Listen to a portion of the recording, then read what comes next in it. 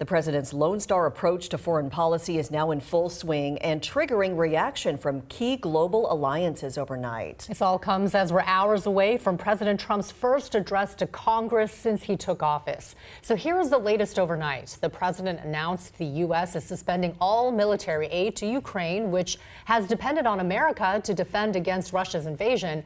Both China and Canada announced retaliatory tariffs this morning. Mexico has not responded, but the country's president is expected to address trade later on this morning. When President Trump addresses the nation tonight, aides say the theme of his speech will be, quote, the renewal of the American dream. To discuss all of this, CNN's Karen Kafa joins us live from Washington, D.C. right now with more on this planned speech tonight. Good morning, Karen. So the president's speech comes at a tumultuous time. Federal workers are losing their jobs. Trade is getting more expensive and stocks are down. How is the president expected to address these concerns? Well, the economy will be front and center in this speech tonight. What we understand from the White House is this speech is going to be very focused on domestic policy. The two key issues there, immigration and the economy, which of course was integral to his victory over Kamala Harris back in November. And Americans are starting to get a little bit restless, right? Trump made a campaign promise that he would lower prices on day one.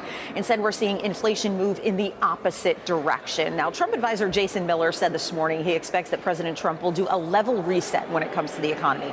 Talk a little bit about what things looked like when he came into office on January 20th, what he's been able to accomplish in the last 4 or 5 weeks, and where he wants to go next. And it's that piece of where he wants to go next that Americans will be keenly listening to. We've seen consumer confidence down on word of those tariffs, and we've also seen major retailers like Target and Walmart say consumers are pulling back on their spending, which is always a wary sign for the economy. Christine and Mimi. And Karen, we're also hearing the reports that Elon Musk might be attending the address tonight. It's going to be interesting because Democrats have invited some former federal workers who were recently fired. So having both of those differences in the same room is definitely going to make for an interesting scene. What are you hearing about that? Yeah, Elon Musk is expected to be in the chamber tonight, and we expect that President Trump will call on him as an example of the swift action that his administration has taken.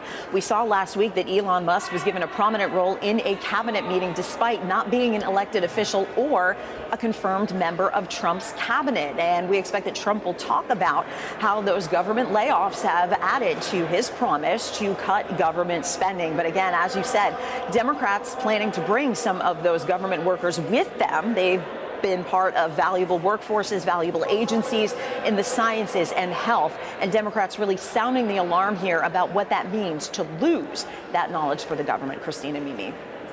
All right, thank you very much, Karen. Live for us from Washington, D.C. as we anticipate the address to Congress later on this evening. Thank you, Karen. And you can watch President Trump's address tonight right here on King 5.